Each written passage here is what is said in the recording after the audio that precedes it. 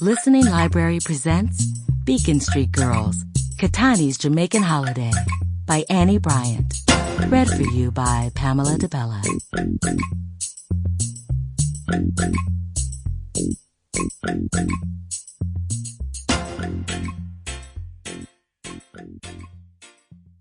Chapter 1. An Important Letter. My dear Ruby, I know it has been a long time since I have written. I do hope you and your family are well.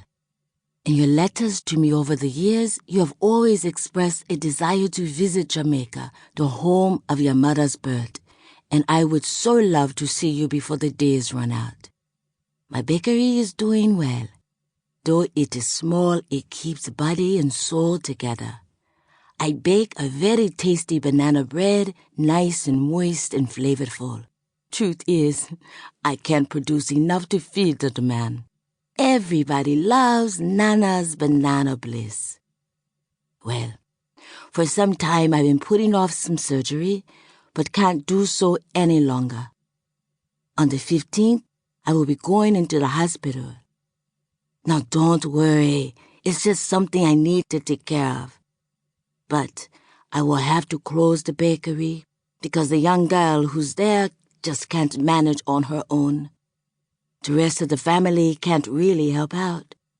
I couldn't bring in a stranger, but I really don't want to close it and lose my customers or my growing momentum. Another bakery has been trying to cut me out of the business. You see, there's a man, Mr. Biggs, who owns this bakery, and he has offered to buy me out. He only wants to use my famous name, Nana's Banana Bliss, to sell his cheaper, not better banana bread. I've made it known that I am not selling to that man, so he has been trying every which way to steal my customers and force me out of business. What do you think of someone who would do such a thing to an old woman like me?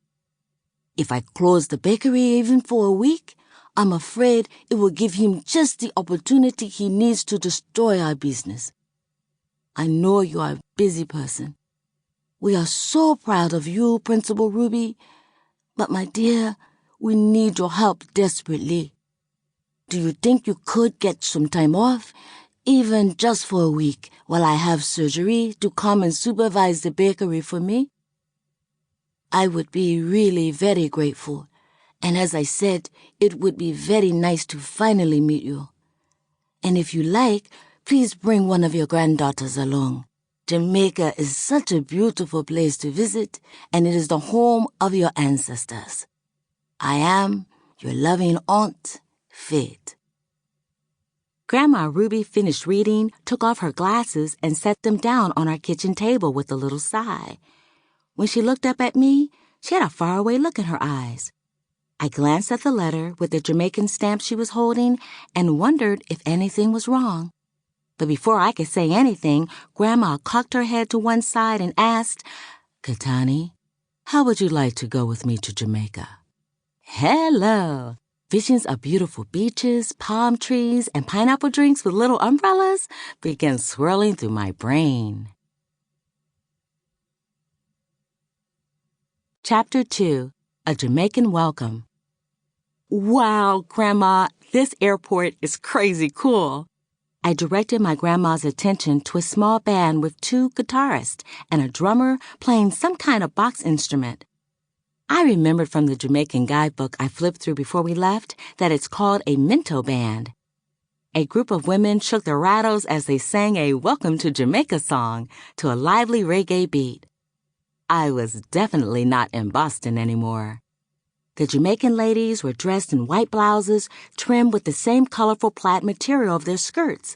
The yellow and green colors of Jamaica adorned their heads, and they wore funky-looking rope sandals. The men in the band coordinated with the women. I decided to call their luck Island Chill. We sure are on vacation.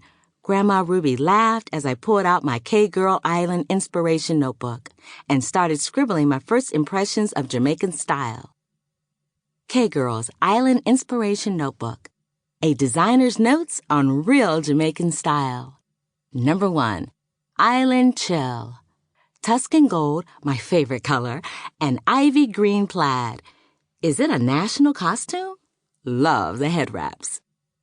At home, I usually carry around a notebook so I can jot down business and style ideas 24/7, because my goal is to have my own K-Girl fashion design company one day. So for this trip, I bought a special brand new notebook with a yellow, black, green striped cover, the colors of the Jamaican flag, to record all the colors, patterns, textures, and even smells, tastes, and feelings of Jamaica. I read in a magazine that really original designers are inspired by everything around them, and it's totally true. I grabbed my camera and started taking pictures too. I didn't want to forget anything about my trip. Some of the people who were on the plane with us began dancing and greeting the singers. It was embarrassing. I couldn't believe the American travelers in their weird Bermuda shorts were thinking they were reggae dancers. I quickly hid behind Grandma Ruby, who for some reason I couldn't understand was clapping along with the dancing tourists. "Grandma, whatever you do, please don't dance," I whispered. She just laughed and began to sway with the music. Then I thought of my good friend Maeve. She would have started hip-hopping away with the dancers, and everybody would have loved her ability to dance up a storm. She would have fit right in. I wasn't even going to try. Not today, anyway. Baggage call for Air Jamaica Flight 211 on Carousel 3. Saved by the bell. I grabbed Grandma's arm and headed for the carousel. We had only one suitcase each, and our luggage came pretty quickly, which was great because I wanted to get outside and find myself a beautiful Jamaican beach. After the red cap wheeled us out, our next task was to find Selvin, Aunt Faith's nephew, who's supposed to meet us. Grandma had no idea what he'd look like, so I figured we would be at the airport for a while. I just hoped that there would be a beach near my relative's house. I couldn't wait to get out the shades, the sunscreen, and sandals. Jamaican holiday, here I come. Outside Sangster International Airport, chaos reigned. Tourists were everywhere, climbing into tour buses and taxis that would take them to their various hotels. There were friendly cabbies inviting us in, asking which hotel we were staying at, and trying to be helpful. After some minutes with no sign of Selvin, this option was looking really good. Grandma Ruby was clearly getting more flustered and anxious. All of a sudden, she didn't seem to be her usual cool and in control of everything self. Maybe it was the heat. I could feel the sun beating down and drops of sweat were starting to run down my face. Frizz patrol. I pulled out my compact mirror to survey the damage. Suddenly, in the sea of tourists from all around the world, I saw a man in a tropical shirt coming our way, holding up a sign with Ruby and Katani written in large red letters. "There he is!" I exclaimed, pointing Grandma Ruby towards the man with the sign. Even above the honking cars and the chattering tourists, I could hear her breathe a sigh of relief. "Wonderful." She seemed calmer as she grabbed my arm. We waved to him and he rushed right over. "I'm Selvin," he introduced himself as he greeted us, shaking Grandma's hand and giving me a hug and a big friendly smile. He smelled like the sea. As we were waiting for Selvin to bring his car around, I noticed a very tall man wearing a cowboy hat and a loud, colorful shirt standing to the left of us. He was carrying an important-looking briefcase. I got the strange feeling that he had been staring at us, but he quickly turned away when he saw me looking at him.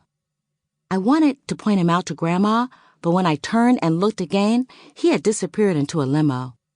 Must be somebody important, I thought. Maybe he was a local celebrity. That would be fun. I could tell Maeve all about my star sighting when I got home. Selvin drove up in a van painted my favorite color, Tuscan gold. On the side was a drawing of a smiling woman with the same head wrap I had seen on the singers inside the airport. She was holding a tray with loaves of bread in her hand. Under the drawing were the words, "Nana's Banana." Sample complete. Ready to continue?